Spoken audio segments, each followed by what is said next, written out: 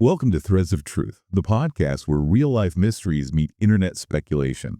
Today, we're going to explore a deeply unsettling case from the heart of the English countryside. Yeah, it's a mystery that's tangled in secrets, alleged organized crime, and maybe most strikingly, an incredibly high-profile discovery location. Exactly. Imagine this. The crisp, silent air of the Norfolk countryside on New Year's Day. Peaceful, right? Right. But then that tranquility is just shattered by a discovery so profound, it would echo through, well, royal halls, really, and expose the dark underbelly of a hidden world. It's such a striking image, isn't it? You have the serene historic backdrop of the Sandringham Royal Estate, a place everyone associates with the British monarchy's private holidays, Christmas, that sort of thing. Total peace and quiet. And then, bam, New Year's Day 2012, this idyllic setting is completely marred by this grim contrast. A dog walker makes a horrifying discovery. Skeletal human remains, just found right there on those grounds. It immediately threw up so many questions. I mean, who was this young woman? And how on earth did she end up on land belonging to, well, the most famous family in the world? That location alone sets this incredibly eerie tone. It's instantly captivating, but also deeply unsettling. And, this wasn't just a simple missing person case, was it? No, not at all. From the very start, it promised to be something far more complex. As we unpack the layers today, you'll see it's a story about a vulnerable teenager, someone trying to build a new life, but also someone with a secretive personal existence.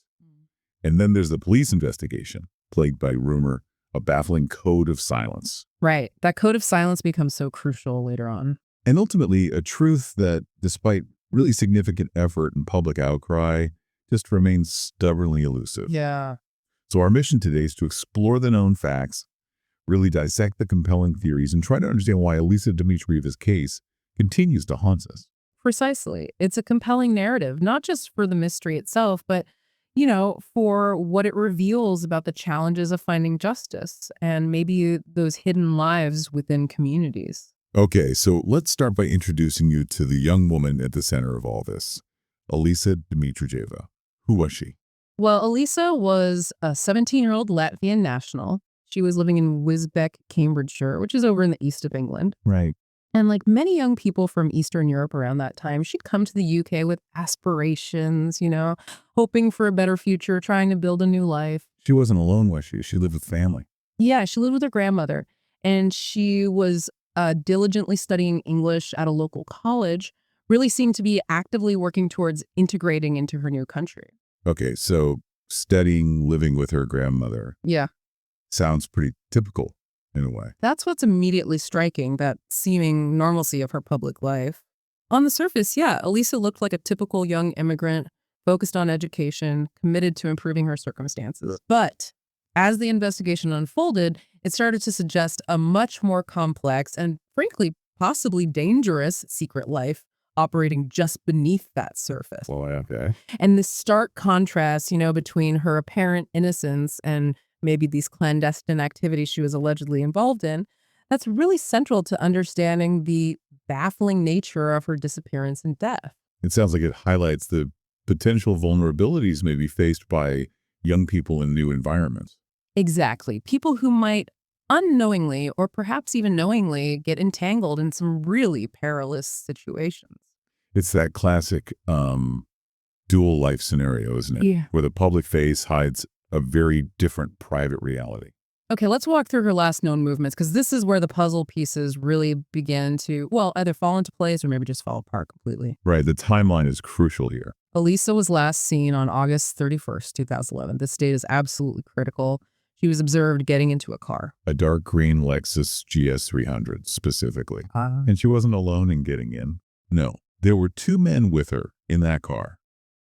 They were later identified as Robertus Lukosius and Loris Boyko. And these two men immediately became, central figures, key persons of interest, obviously, because they were the last known individuals confirmed to be with Alisa before she just vanished. And this is where the first big red flag appears, isn't it? Their initial story. Yeah, a massive red flag.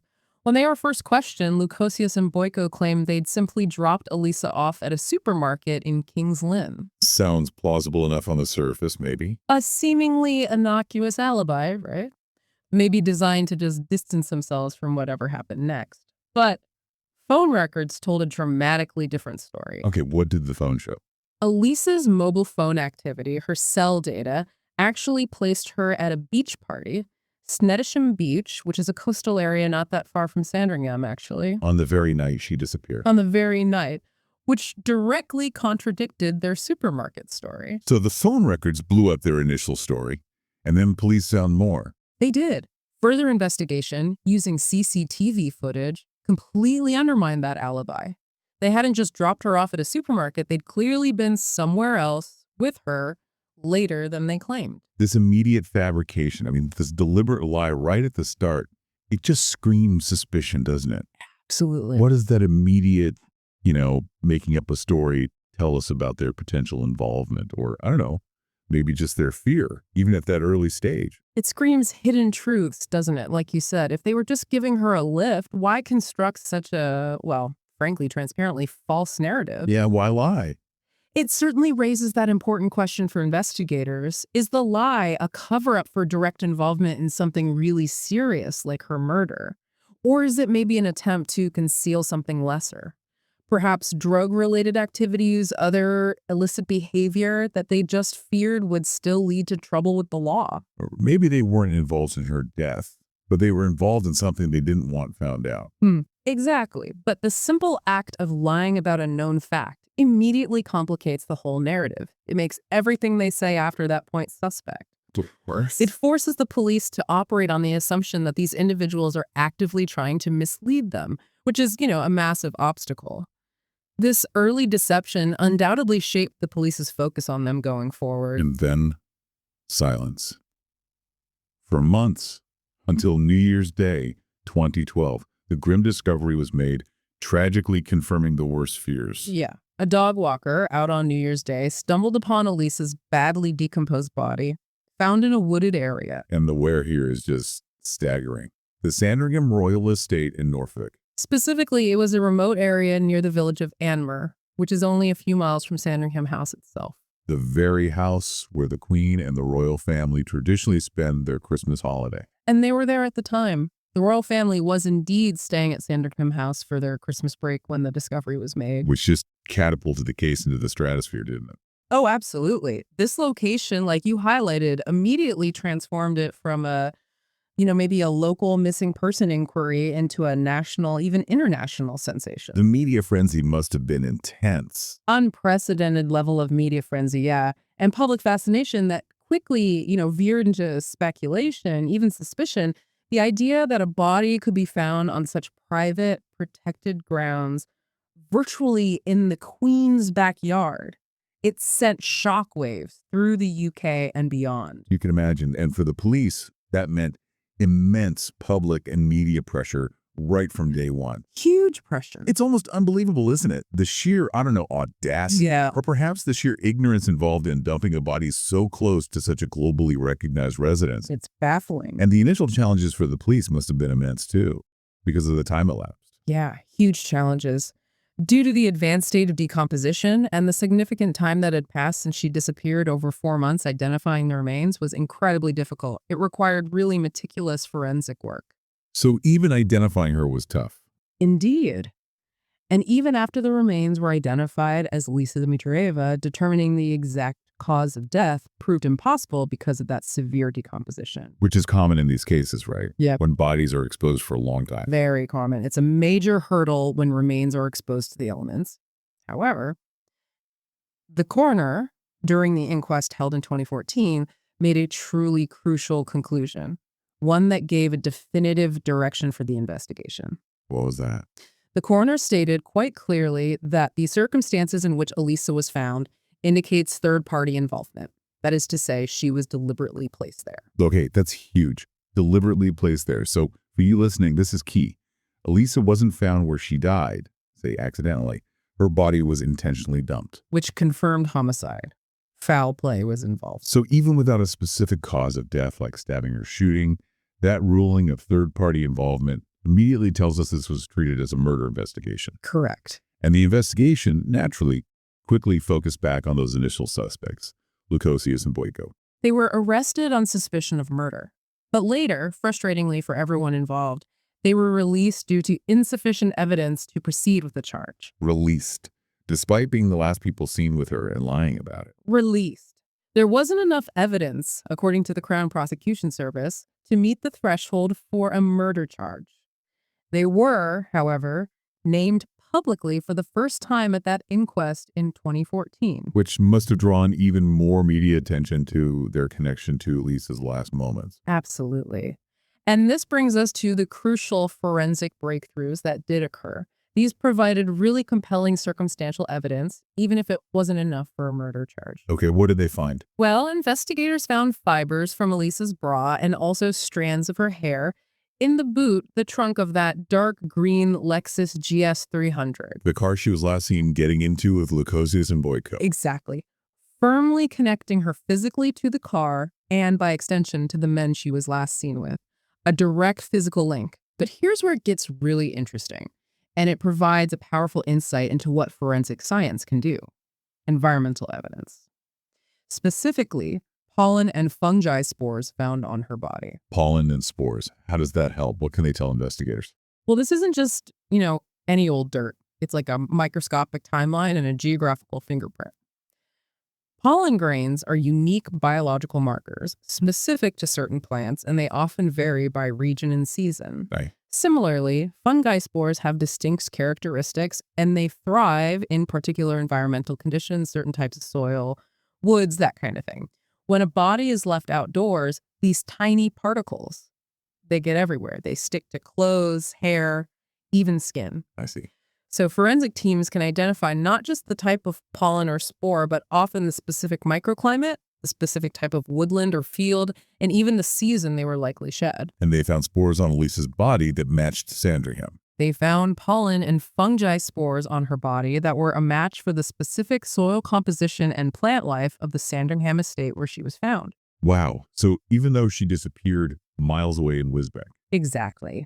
Finding those Sandringham-specific spores provided near irrefutable proof. It strongly indicated she was killed elsewhere, and her body was then transported and deliberately dumped on the royal estate. It proves her body was moved. It points to a secondary crime scene for the murder itself. Precisely. The combination of the Lexus evidence placing her with the suspects and this environmental forensics proving her body was moved there paints a very clear picture of a body being transported and concealed after death. What does this imply, then, about the perpetrator's intent and their knowledge of the area, maybe? Well, it suggests a deliberate act, doesn't it? A calculated effort to conceal the body in what they probably thought was just a remote, quiet place. Perhaps they didn't initially realize the profound significance of its proximity to the royal residence, or maybe they did and thought it was so audacious no one would look there. Yeah. It definitely implies a degree of planning and an attempt at concealment, rather than, say, a panicked random dumping right near where she died. It suggests someone familiar with finding secluded spots, or maybe someone who just drove and they found somewhere quiet, maybe unaware, or perhaps unconcerned about the land's actual ownership. It refutes any idea of a random spur-of-the-moment dumping near the place of death. It points towards a more calculated effort to hide the crime. Yes, albeit perhaps a naive effort given the location they ultimately chose. And then the investigation started to peel back layers of Elisa's life, didn't it? Leading to this chilling Baltic Mafia connection, as the media sometimes termed it. Yeah, allegations surfaced during the inquiry, suggestions that Alisa might have been involved in a pretty significant drug-related debt. The figure mentioned was around 15,000 pounds, supposedly owed to a Lithuanian drug dealer. 15,000 pounds for a 17-year-old. It's a huge sum. And this immediately led to speculation, quite strong speculation, that she might have been killed because of her alleged involvement with organized crime, possibly as a result of this debt. And this is where that code of silence you mentioned earlier really comes into play. Exactly. This is where the investigation encountered a significant, often impenetrable barrier. Police explicitly stated their belief, quite publicly, that individuals within the Latvian and Lithuanian communities, particularly in Wisbech and nearby King's Lynn, held vital information about her death. But they wouldn't talk. But they were too afraid to come forward. And this is such a critical challenge police face when this kind of code of silence exists within a community. Why is it so hard to break? Well, it isn't just about witnesses being individually afraid, though that's a huge part. It often creates a sort of parallel system where fear, not the official justice system, dictates what happens. Fear of reprisal, fear of getting entangled, distrust of authority sometimes. It transforms potential sources of truth into silent victims themselves, in a way. And police aren't just fighting a specific crime, they're fighting a deep-seated cultural distrust or a very real fear of violent consequences. It makes every lead, every interview a monumental challenge. Access to justice gets blocked by this wall of silence. It's a truly frustrating aspect of so many investigations, isn't it? Especially those that might touch on organized crime, where witnesses genuinely fear their own lives or their families' lives are at stake if they speak out. Definitely. Okay, let's shift gears slightly and move into some of the prominent theories that have circulated around Alisa's case. These come from both the official police perspective, based on their findings, and also, inevitably, from online speculation. Right.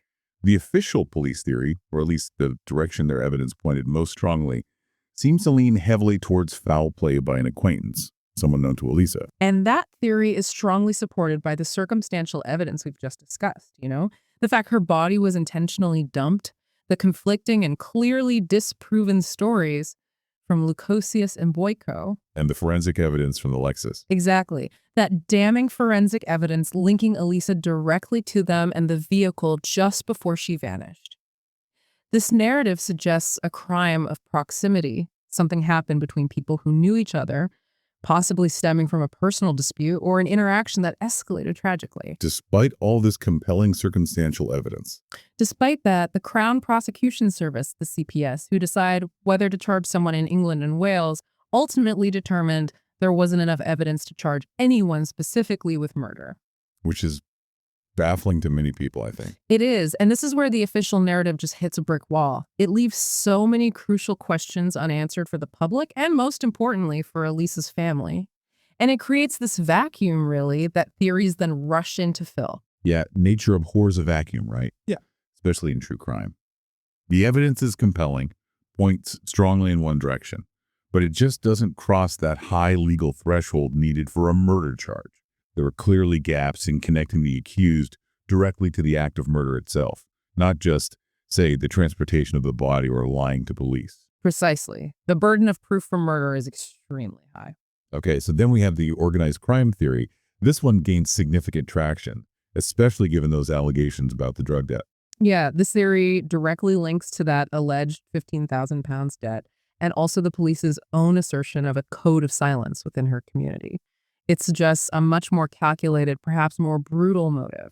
How does that change the picture? Well, if you connect this to the bigger picture, this theory suggests Alisa's death wasn't random, wasn't maybe a personal dispute gone wrong, but a calculated act tied to larger criminal networks. It makes the whole investigation inherently more complex. It paints a picture of a world where consequences for financial debts, especially drug debts, can be swift, brutal, and unforgiving. Exactly. Such networks often operate with strict internal rules and, frankly, violent enforcement mechanisms. The challenge with this theory, though, has always been substantiation, direct proof. So strong suspicion, but nothing concrete enough for court. Pretty much. While police may strongly suspect this angle, there's no direct prosecutable evidence linking her death specifically to a defined crime ring that could be presented in a court of law. It remains a very strong possibility, a powerful undercurrent to the case, but one without that definitive proof needed for conviction. That distinction is so crucial, isn't it? Strong suspicion versus prosecutable evidence. Okay, another theory that emerged, one that's maybe less sinister in its initial cause but still ends tragically, is the party gone wrong theory. Right. The premise here is that maybe Alisa attended a party, perhaps fueled by drugs or alcohol. Maybe at Snettisham Beach, where her phone was last traced, or somewhere nearby, and something went terribly wrong. She died accidentally. An overdose, perhaps, or some other kind of misadventure. Could be. And then, following this accidental death, panic sets in among those who were there. Her body was subsequently dumped at Sandringham. Why dump it there? Just to avoid getting caught. The motivation here would likely be to avoid arrest for drug-related activities or maybe even manslaughter charges related to an accidental death. Pure panic among those involved. Does that theory hold water? Well, it does account for the immediate cover-up, like the lies told by Lukosius and Boyko, perhaps, and the choice of a remote location.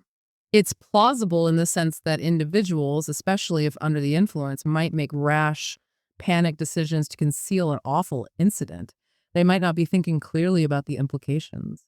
So the choice of Sandringham, while incredibly high profile, might simply have been the nearest secluded spot they found in a desperate attempt to hide the evidence. It's possible, a desperate act to avoid consequences without fully considering the massive implications of that particular location. Okay. Building on the broader organized crime angle, there's also the human trafficking or maybe broader organized crime theory. Where did that come from? This speculation seems to stem mainly from her background, her Eastern European origins. It links her potential vulnerabilities to trafficking routes or these broader international criminal networks that go beyond just local drug dealing. Why does that theory resonate with some people? Well, sadly, the vulnerability of young immigrants, especially those from perhaps economically disadvantaged regions or just young people seeking new opportunities far from home, can make them targets for exploitation by sophisticated criminal syndicates. Exploitation like forced labor, sexual exploitation. Or drug courier services, yeah. All of the above are possibilities within that world. And this raises a really important point. How do authorities even begin to grapple with the shadowy, often transnational nature of these kinds of crimes? It must be incredibly difficult. It is. Victims may be transient, identities can be obscured, connections are deliberately hard to trace across international borders. These networks are designed to be opaque and untraceable. Making definitive links is incredibly challenging for law enforcement, even when there's a strong suspicion that trafficking or wider exploitation might be involved. Right. Okay. And then the one that always seems to capture the internet's imagination in cases like this, the police cover-up theory. Now, you said this is more fringe speculation. Definitely more fringe, yes. But it's been undeniably fueled by two key factors. The highly sensitive location of her body right there on the royal estate, and the subsequent frustrating lack of a conviction despite that compelling circumstantial evidence we talked about. What's the core idea behind this theory? The nature of this theory usually suggests either the involvement of someone important, maybe someone connected, however loosely, to the royal household, or perhaps high-level negligence, or even deliberate obfuscation by authorities. Why would they obfuscate? To protect sensitive interests, maybe reputations. The thinking goes that such a high-profile location would inevitably necessitate a tighter lid on information, perhaps leading to things being swept under the rug. But what do the police say? It's really important to note the official stance here. The police have consistently and strongly denied any wrongdoing or cover-up. They maintain the investigation was thorough, professional, and that the lack of conviction was purely down to insufficient evidence to meet the criminal standard for a charge, not because of any interference or deliberate suppression of facts. So no evidence of a cover-up, just speculation fueled by the location. Exactly. What's fascinating, though, is how that proximity to power, to royalty, can instantly generate these kinds of conspiracy theories, almost regardless of concrete evidence. It's a classic example of real-life mysteries meeting internet speculation. The perceived secrecy or untouchability of powerful institutions just fuels public mistrust and allows the imagination to run wild when answers aren't forthcoming. It really does. That location alone makes people's minds race, doesn't it? Inviting questions about who would dare dump a body there, and who might benefit from keeping secrets. And finally, kind of tied into some of these points, there's the negligence or exploitation argument. Yes, this is more of a critique, really. Some critics have argued over the years that maybe authorities, perhaps even the media initially, were slow to act or didn't prioritize Alisa's case sufficiently. Why would they argue that? The suggestion is it might have been due to Alisa's immigrant status, her background, and those alleged involvements in drug circles. The idea that some victims get treated differently. It raises that important, uncomfortable societal question. Does a victim's background or their alleged activities sometimes influence the urgency or the public perception of their case? Does it affect the resources allocated? It connects to that idea you mentioned earlier of invisible lives within immigrant communities. Exactly. Individuals whose stories might not always receive the same level of immediate attention or sustained resources as others. This could potentially make them more vulnerable to exploitation in the first place. or perhaps less likely to see justice served in the end. Do the police address this criticism? Police vehemently deny this, naturally. They argued they treated Elisa's disappearance and murder with the utmost seriousness right from the start. But, it's a societal reflection that's worth considering anyway. It speaks to potential deeper biases that can sometimes, perhaps inadvertently, affect how society and its institutions react to the tragic circumstances of certain individuals compared to others. Okay, let's try and pull all these threads together now. Let's analyze the enduring impact of this case, particularly how that location itself played such a pivotal, almost defining role. The controversy, the public fascination with her body being found there on the royal family's private estate, you really can't overstate it. No, you can't. It was, without a doubt, a conspiracy catalyst. That single detail, the where, dramatically elevated the case's profile. It transformed what might otherwise have remained a tragic, but perhaps more localized, mystery into this huge national news story. And like you said, a magnet for every kind of conspiracy theory imaginable. It made the case really interesting, as some might say, but maybe for all the wrong reasons. Absolutely. It drew attention not just to Elisa's tragic death, but intensely to the implications of where she was found. The perceived weight of that royal connection created an immediate, intense public expectation for answers, for resolution that, frustratingly, never really came. It's just impossible to separate the mystery from the location, isn't it? Yeah. They became completely intertwined in the public consciousness. Inextricably linked. And then there's the really profound role of the immigrant community and what we've been calling these invisible lives. Elisa's vulnerability as a young Latvian immigrant, navigating a new country, allegedly getting involved in the drug trade, that clearly impacted the investigation in unique and challenging ways. Yeah, that persistent code of silence within parts of her community really highlights the profound difficulties in solving crimes when fear or maybe distrust prevents crucial witnesses from coming forward. The barrier to the truth. It's a huge barrier. Elisa's story in this context, it's a really powerful meditation on those invisible lives that exist within immigrant communities, often on the fringes, people just striving for a new beginning, and the devastating consequences when these lives intersect with danger and the truth gets intentionally hidden or obscured by fear. It reminds us that justice can be incredibly elusive when the mechanisms of fear are stronger than the desire for truth within a specific community. That's well put. Yeah. And ultimately, despite all these factors, the location, the potential criminal links, the forensic evidence, we are left with what feels like a failed search for justice. Despite that strong circumstantial evidence, the Lexus, the lies, the coroner's definitive conclusion about the body being dumped, despite a determined police effort spanning years, the investigation never led to a conviction for her murder. No. The case remains officially unsolved, which is just a source of profound frustration and ongoing heartbreak for her family, first and foremost, and also for the wider community that really hoped for answers and some form of accountability. So what does this all mean for us looking back? What's the takeaway?